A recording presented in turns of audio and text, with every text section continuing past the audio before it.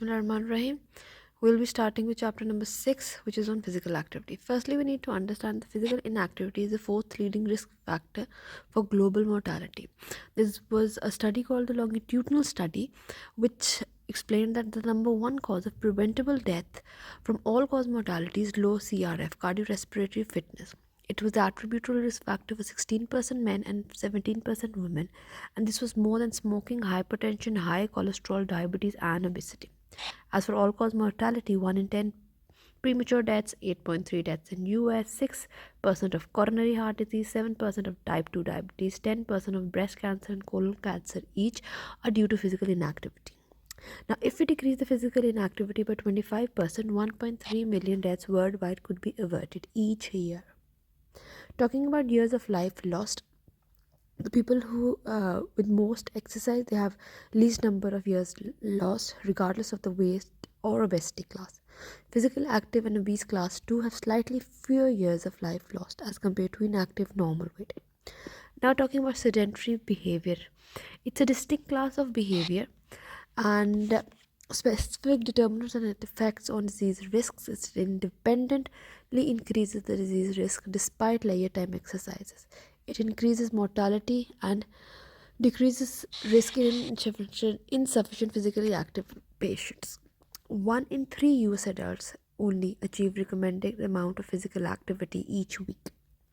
Now we have to understand that cigarette smoking attributes only to 13.7%, while 66% of Americans are physically inactive, and smoking is an issue for 13.7%. So which is a bigger issue?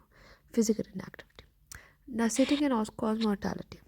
6.9% of all cause mortality in people aged 45 or older, followed for 2.8 years, was due to sitting. And it is consistent across a number of parameters: gender, age, BMI, physical activity, health, participants, compared to CVD and diabetes mellitus patients. Now, the proportion of population that was following the physical activity guidelines but sitting was sitting, so then this sitting was an independent risk factor for them. Talking about breaks between prolonged sittings. It was a proper study with 19 overweight and obese individuals, 45 to 65 years old.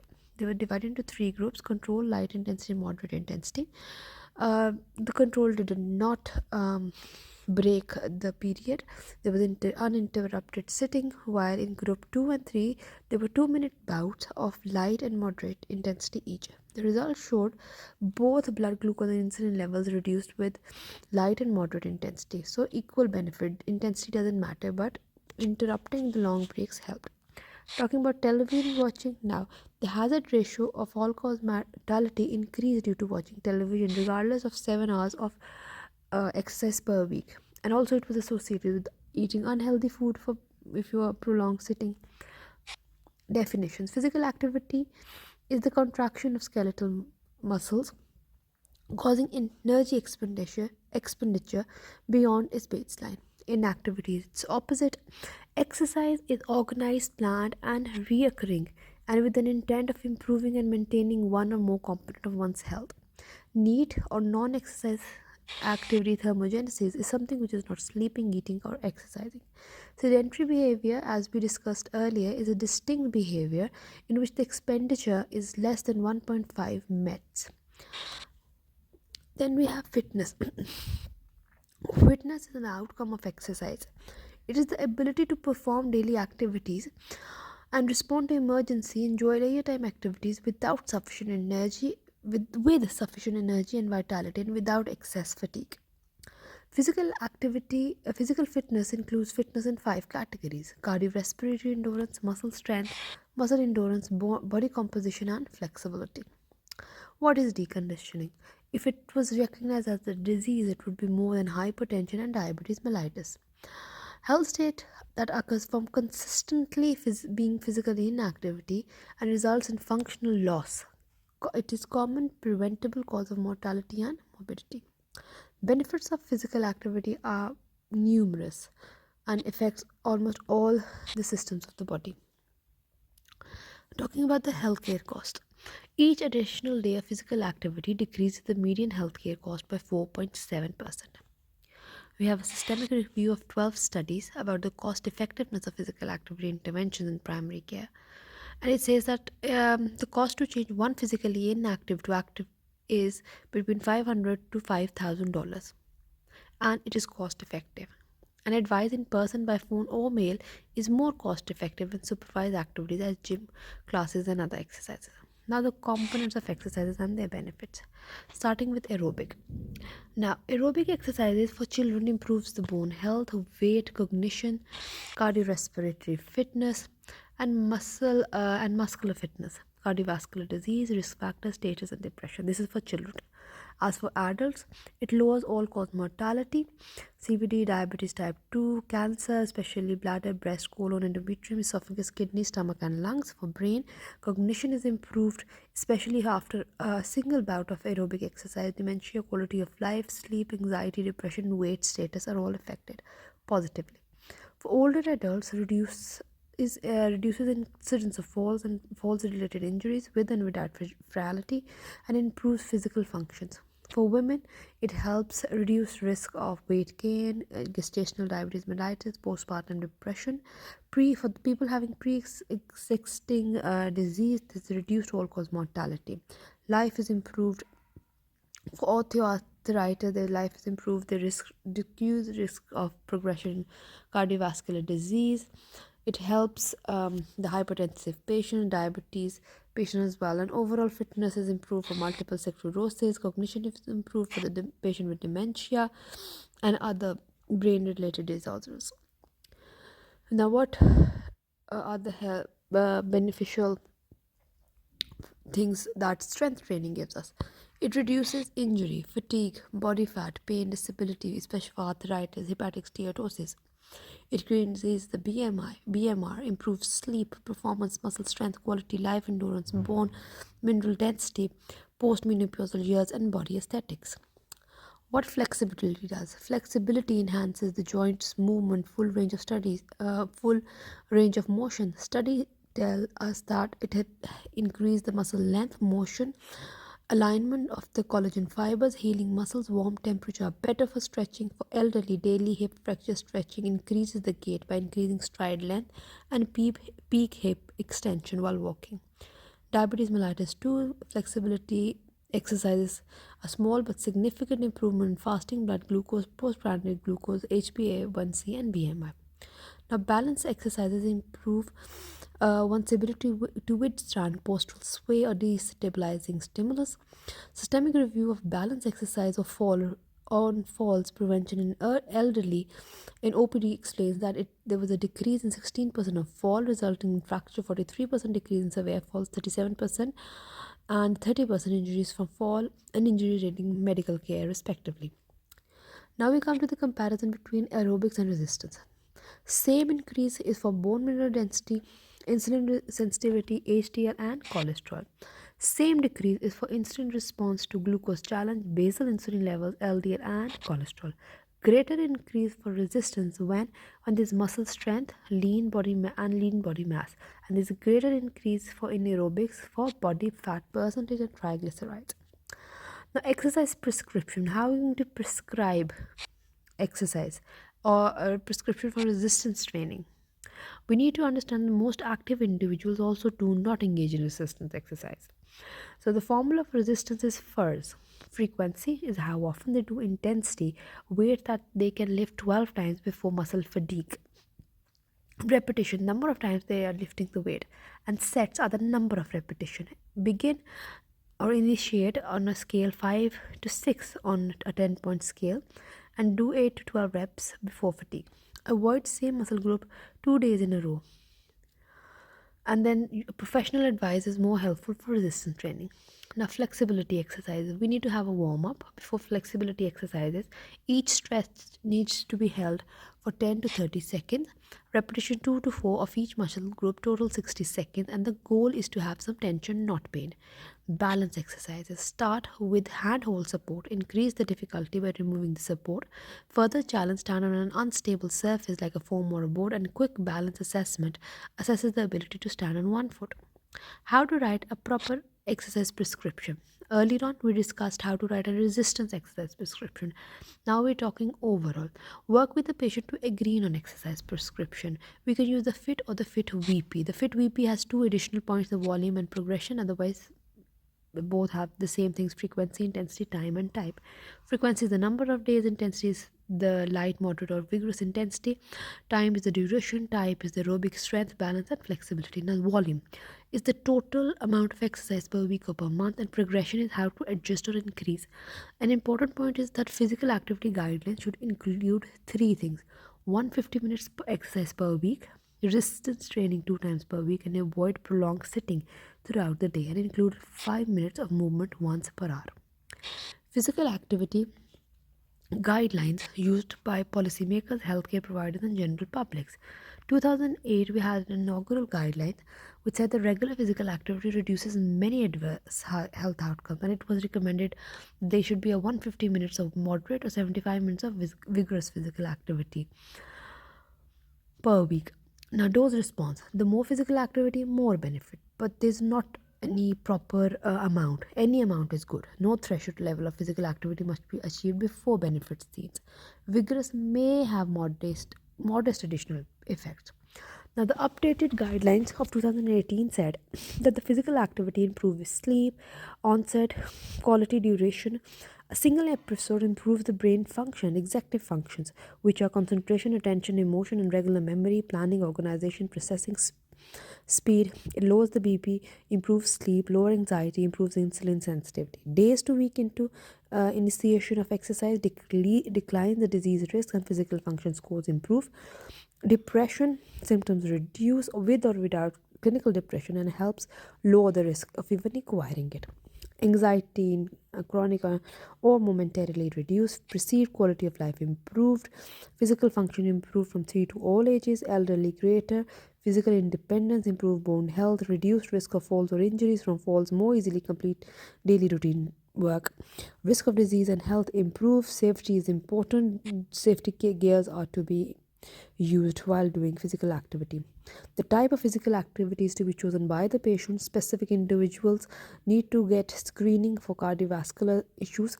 Progression should be slow and steady. Inactive patients start with lower intensity. Now we're talking about the guidelines in detail. No minimal durations.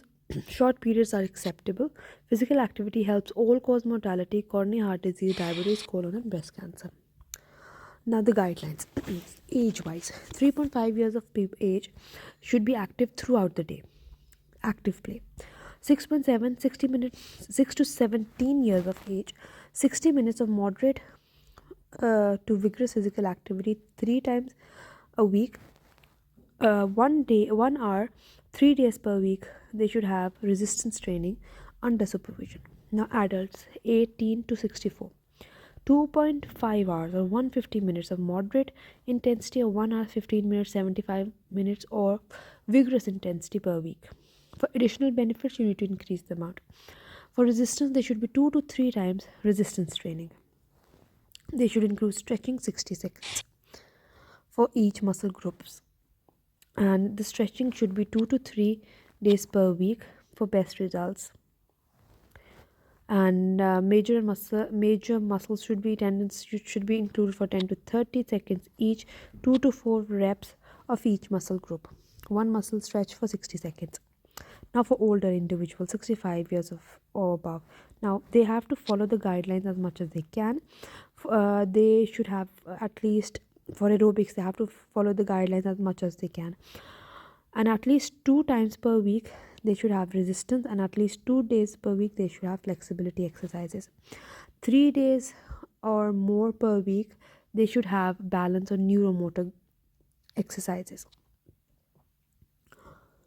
Now for pregnant, if they do not have the absolute contraindication, there's a long list of absolute contraindications. They can, if they are not present, they can have their normal exercise, which is 150 minutes of moderate exercise, if they were doing that before, or continue their normal exercises which they were doing before being pregnant. Now, but they have to be sure that there's no contact sport, or the environment is not hot or humid, they're properly hydrated, and they're avoiding heat stress. A study showed that the individuals and pregnant ladies who exercised or had proper physical activity, they gained 0.9 kgs less than the control. Now, adults with chronic conditions, they are advised 150 to 30 minutes of moderate or 75 to 150 minutes of vigorous exercise per week or combination, and 2 to 3 minutes of resistance training.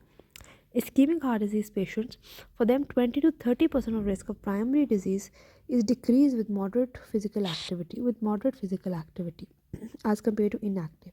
A meta-analysis explained that sedentary to burning 50 calories, if somebody is sedentary and they start burning 550 calories, this dramatic relative risk decrease.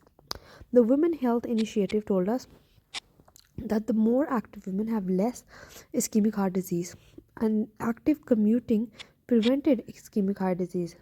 Physical activity decreased, have lesser complications and lower mortality. Like people who have physical activity, but even if they're diseased, they have lesser complications. Now, diabetes mellitus, 150 the normal, 150 minutes of moderate, sufficient to reduce risk. A cohort on physical activity and diabetes mellitus told that there was 31% decrease in the disease without accounting BMI and 17% decrease with accounting BMI. A meta-analysis, aerobic resistance or both, advised with or without intervention, there was variable change in HbA1c, and but it had to be combined with diet. For cancer, 3 to 4 hours of vigorous activity each week was helpful. Dose response present, and it was for colon there was a 30% decrease, and for breast cancer there was 25% decrease. And the exercise should be continued during and after the treatment as well. For disabled people, they should follow guidelines. Like we have this thing that disabled people are not supposed to exercise, but starting from dementia to multiple sclerosis, stroke, spinal cord injuries, muscular dystrophy, Parkinsonism, even cerebral palsy, traumatic brain injury, all of these are to follow the guidelines as far as possible. Then there was a study for the Parkinsonism patients, and patients of stage 1 to 4 were divided into three groups. One was given Tai Chi, other was resistance and stretching, 60 minutes twice a week for 24 weeks, and best results were seen in for the Parkinson patient for Tai Chi. Now there are a few definitions which we need to know. Number one, muscle weight is actually muscle mass is the weight of the muscle. Quality is how much fat they have. More the fat, intramuscular fat, more the fat, lower the quality. Mortality is related to the quality. Better the quality, they have the muscle quality is more important than muscle mass in preventing early death. Muscle and mobility limitation, muscle quality is more important than muscle mass. So it's basically the quality, as in lower intramuscular fat. Then SPPB is the short physical performance battery. It predicts mobility, and it includes the gait speed test, balance test, and the chair wise. Role modeling, the physician, if he's following physical activity guidelines or any advice which he gives, if he's following that, that would have a positive effect. Israeli health trainings evaluated the physical physician's personal health predict practices impacted patients. So the results was yes, a physician's personal health had positive effects. If a physician followed the practices, 13.7% maximum increase in patient's practice. Now coming to METs. METs is the metabolic rate of tasks, or the standard metabolic rate. It is the resting metabolic rate and the amount of oxygen consumed in quiet resting or sitting. 3.5 ml of oxygen per weight kg per minute is one MET. And for sleeping and for all the activity, there are different METs. The limitation is that it is not absolute. Once a person becomes more fit and adapts to training, it's not a good parameter for him anymore. Then there are MET hours and MET hours per week. Talking about the effect on weight. American College of Sport Medication tells us that maintenance of weight there should be more than 20 minutes per week of moderate exercise, or 60 to 90 minutes of moderate daily plus strength 2 days per week.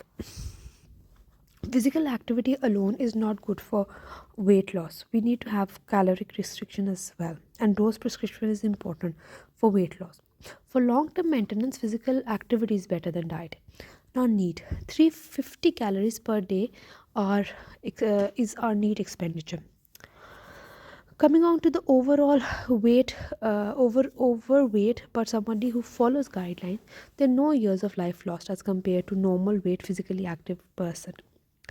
Now there's a registry called the National Weight Control Registry, and it has a number of people who have lost 66 pounds and maintained it for 5.5 years. So what is their practice? Their practice is, on average, most people need more than 150 minutes of moderate physical activity per week to maintain and for average member they had 1 hour per day or 420 minutes per week of physical activity. Then there's another study. The study was about 36 overweight obese adults, and they compensated 1000 calories regardless if they burned 150 1500 or 3000. And for this we also need to understand the 1 mile burns 100 calories. So the high energy expenditure group lost 2.6 kg over 12 weeks, and low energy expenditure group lost 0.8 kg. So what we learn from this, that weight loss is possible with physical activity, but it requires a much higher dose. Now coming on to minimum weight loss, minimum weight loss is achieved with less than 150 minutes per week, modest 2 to 3 kgs with greater than 150 minutes per week, and 5 to 7.5 kgs is lost if the activity is greater than 225 to 420 minutes per week. A 2012 large cohort study shows that the years of life lost amongst inactive people and overweight across all BMI. So, physical activity, what does it do? It increases the life expectancy. This was all for today. In the next part, we'll discuss about the minimal exercise, and other things about the maximal exercise, HAIT physical activity assessment tool, interpretation of PAVs, the different tests, muscular fitness, and a few more topics which are left. Thank you.